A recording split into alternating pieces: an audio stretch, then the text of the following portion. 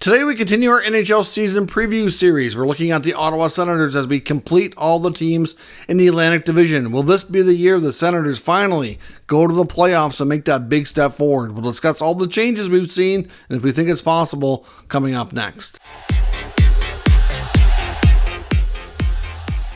So welcome back to another video here at Top Shelf Hockey. As I mentioned, today we're looking at the Ottawa Senators and previewing their upcoming season for the 23-24 campaign. So in case you're new to this series, what we do here is we recap last year, take a look at how things finish as a team, look at some top individual stats, playoff history, salary cap situation, how the team has changed, prospects that could impact the roster, players that could be bounce back or breakthrough candidates, as well as the projected lineup and how we think they're going to do moving forward. So let's start by recapping the 22-23 campaign last year for the Senators. So they finished with 86 points. They were only a few points out of the playoffs, finished with a record of 39, 35, and 8. This division saw the Sens and the Sabres both take some big steps forward. Buffalo was a few points ahead of Ottawa, but both teams improved a lot. And unfortunately, neither made the playoffs, but both will be knocking on the door, I believe, this year. The Senators finished with 259 goals scored and 270 against. So that's 18th best in goals for, 20th best in goals against. Both those areas need to be improved, at least some to get into the top, ideally, 14 to 10 spots. 5-on-5 play, I think, is the biggest area of improvement here. Power play was excellent, 23.5, which was 8th best. There was a point when they were up in the top 5 in the league for quite a stretch. They had a cold spell near the end of the year, which brought them down some. Otherwise, they would have been top 4 or 5 in power play. So that's been really good. If they can continue that, that would be a big help to having success this coming year. The PK was solid as well at 80.1%, 14th best, slightly above average. Exactly, it's still room for it to be improved, but still a really good result. So their special teams really weren't an issue last year. It was the 5-on-5 play, which is why the other numbers weren't a little bit better. If they can make some adjustments there, then they can have hopefully a little bit more success this year. Obviously, goaltending will play a big role too, and we'll get into how things have changed in that regard. Now, individually, this team was led by breakthrough season from Timmy Stützle, who moved to center after the Josh Norris injury, and he really took off, hitting 90 points. In his rookie season, he was a left winger and only dabbled with center a little bit afterwards, but last year he did it full time and certainly had a major breakthrough. Next, we had Captain Brady Tkachuk with 83 points. Claude Giroux had 79, obviously proving he can still play at a high level after coming over as a UFA after a long career with the Philadelphia Flyers. And then you had Alex DeBrincat and Drake Batherson, both with 62 points, playing in all 82 games for the Sens. This team has been out of the playoffs for 6 years. Their last playoff run was obviously just over 6 years ago when they went all the way to the Eastern Conference Final, Game 7 against the Penguins, double overtime in Game 7. They were one goal away from going to the Stanley Cup Final. Of course, the Penguins won that game, unfortunately for Ottawa. They went on to beat the Predators in the Stanley Cup Final. A lot of people think if Ottawa would have been fortunate enough to get that goal in overtime and go to the finals, that they would have also beaten Nashville and could have won a Stanley Cup before that team got completely dismantled. You could certainly make an argument that that goal played a major role in how things went for the next little while, because certainly we saw a big step back the next year, some contract disputes with Kyle Turris, and things just really started to spiral, and we saw major changes as the team went from being, in the Final Four to in a rebuild within a year. It was quite a drastic change. Salary cap wise, for the first time in a long time, they're up against the cap. They only have $895,000 available, which is a problem right now because they also still need to sign Shane Pinto and Igor Sokolov. Sokolov's likely getting a two-way deal, so he's probably not going to count against the cap, but Pinto will. He's certainly going to need at least around that $2.5 million mark, so they're not completely done with this roster.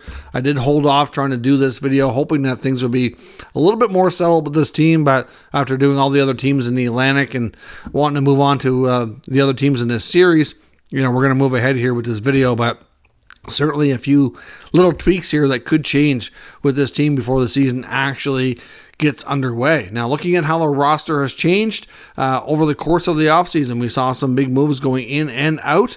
So certainly some fairly substantial changes here. Of course, Alex DeBrincat, after 1 year in Ottawa, needed a new contract and did not want to re-sign with the Senators.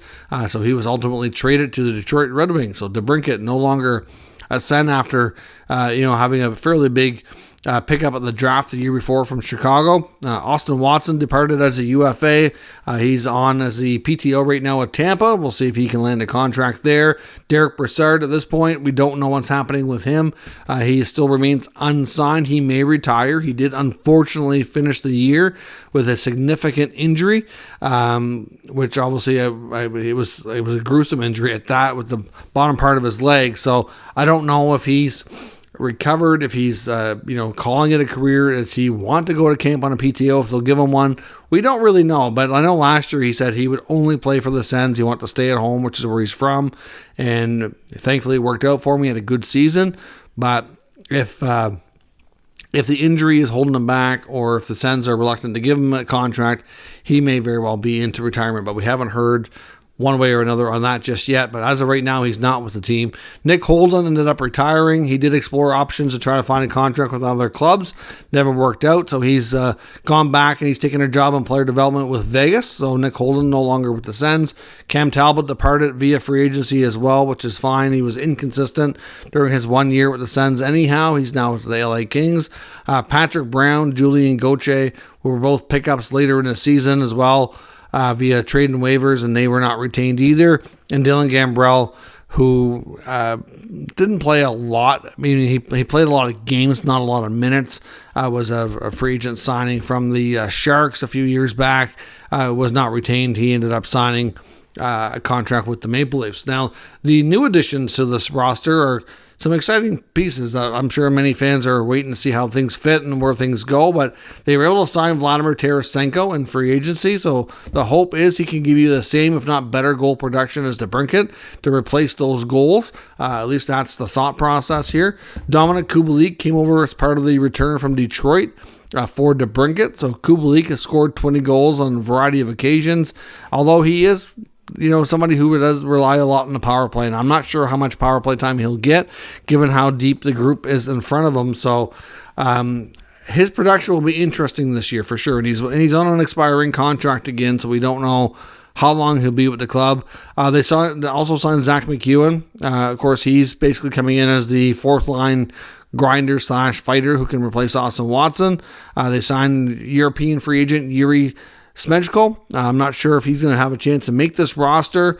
Right now, I think if they can make some moves to free up some money, which they need to do, then Smejko, depending on how camp goes for him, he could find himself in there because of his contract, but we'll have to see. Of course, they get free agent goaltender Jonas Korpisalo and a fairly substantial longer-term free agent contract, so he'll come in, and obviously he has an existing relationship and good friendship with Anton Forsberg, so that goalie tandem very familiar with each other. And right now he's not signed as of yet, but he will be going to training camp, and I think his odds of getting a deal are decent if they can find the money. That is a PTO for Josh Bailey, formerly of the New York Islanders. Now, prospects that can have an impact on this roster this year, and to be honest, there's a bunch that we want to keep an eye on.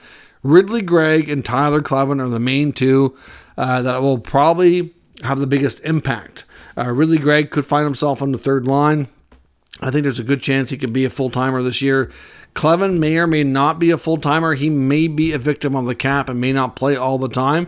But I think based on how he'll do in camp, I think they could justify keeping him, and he will have his impact on this roster. Just hard to say exactly how many games he gets into. Jacob Bernard-Docker should also be fighting for a roster spot there as well, along with some of the guys like Brandstrom and Hamonic will be, you're fighting for your bottom pair slots.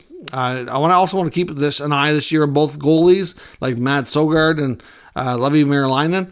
Both guys should be able to dominate in Belleville and hopefully take the pressure off and having to play NHL games unless there's an injury, at which point, both these guys have an excellent future. I think with the Sens, they can focus on themselves. Zach Ostapchuk, I think, is another guy. I don't know if he'll get NHL games this year, but it's going to be a big season for him. And former first rounder Tyler Boucher, who's also had a fair bit of injuries and hasn't really, taken off developmentally since he was drafted yet. I know a lot of people feel like he's one of those players that will actually do better at the NHL than he has at the lower levels because of the style of play. That very well could be. I don't know if he'll see action this year or maybe he spends a year in Belleville, but they have lots of guys still in the pipeline that can impact this roster that are not considered full-timers just yet. As far as a bounce-back candidate goes, I went with Josh Norris. Josh Norris was a guy who unfortunately missed most of last year because of a significant injury to his shoulder. And a lot of people don't always remember that when they're talking about the Sens season last year. And yes, they were just a smidge behind Buffalo. And yes, they just missed the playoffs by a little bit. But they also had a 35 to 40 goal player out of the lineup. And I mean, that did not help matters. You can get a better team just by having him healthy, not to mention the other additions they've made. So I think he'll be able to have a good positive impact. And as far as a breakthrough player, I went with Jake Sanderson, who just signed a long-term deal. A lot of people question that as well, who are not familiar with him, but I can assure you that Jake Sanderson is the real deal. The Sens believe in him a lot. He will be the team's best defenseman long-term, arguably that already. And I think he'll certainly get a lot more attention this year as he breaks through and even takes on a bigger role here with the club. Now, as far as what this lineup should look like going into the first night of the season, your top line likely is going to consist of Timmy Stützle, Brady Tkachuk, possibly Vladimir Tarasenko. Now, you could see Claude Giroux back on that line as well, who the Giroux played with Tkachuk and Stützle a lot second half of the year and were one of the better lines in hockey. You could make an argument to leave him there and move Tarasenko to the second line. Either way, you can flip-flop them. Norris and Batherson will be your main combo, I think, on line 2, whereas Tkachuk and Stützle will be your main combo on line 1, and Tarasenko and Giroux could be flip-flop at times. Your third line, as long as he gets his deal done, it will be Shane Pinto with Ridley Gregg and Dominic Kubalik. And then your fourth line right now likely consists of Mark Kastelic, Zach McEwen, and Matthew Joseph. But Joseph is likely going to be the player who's traded, at least many believe that, to free up the room to get Pinto in the lineup. So that could make room, for example, like the European free agent. They signed Yuri Smelchka, Cal, or maybe Josh Bailey if he comes in off his PTO and signs a contract. On a blue line, you have Shabbat and a full season of Jacob Chychrun. That's going to make a huge difference. They get Chychrun late in the season last year. Having a full year of him on the lineup will make a big difference. Sanderson and Zub are your second pair. And your third pair likely is Eric Brandstrom and Travis Hamonic, with guys like JBD and Tyler Clevin fighting for playing time in those 5-6 roles as well. Korpisalo and Forsberg make up your goaltending tandem, which should be I'm not sure how strong it'll be, but I think it has a chance to be one of the better goalie tandems across the league, where they can be more of a 50-50 split, at least close to that as possible. And I think at the very least to be in maybe not top 10, but I'd say top 12 to 14 spots goaltending wise, definitely the upper half of the league for sure. Now, as far as what the expectations are, what questions face this team? Well, right now, the main questions is getting Pinto and Sokolov signed and getting whatever space cleared to make that happen. Like I said, a lot of people assume Matthew Joseph. That's not going to be easy. They need to figure something out trade-wise. They need to do that before the season starts. 5-on-5 scoring needs to be better. 5-on-5 defending needs to be better. Last year, like I said, the special teams were good. 5-on-5 was not good enough. Part of that's goaltending too, and they did not get consistent goaltending last year. Hopefully this year they can with the changes that they've made. You have to think Coach DJ Smith is under immense pressure, and if they get off to another poor start, then in the first 20 games, I think he's a goner. Especially with new ownership coming in. The sale of this team is expected to close probably within a couple of days of me posting this video. There's already been, the new ownership's already kind of laying the groundwork here for a lot of other moves. There's expected to be more front office changes as well on the both business side and hockey side of things. You can look for guys like Skelliter to return to the organization on the business side. You can look for probably a guy like Steve Staios, and maybe Matthew Darsh. His name has been out there too, possibly coming with Michael Landlauer to work in the Sens front office.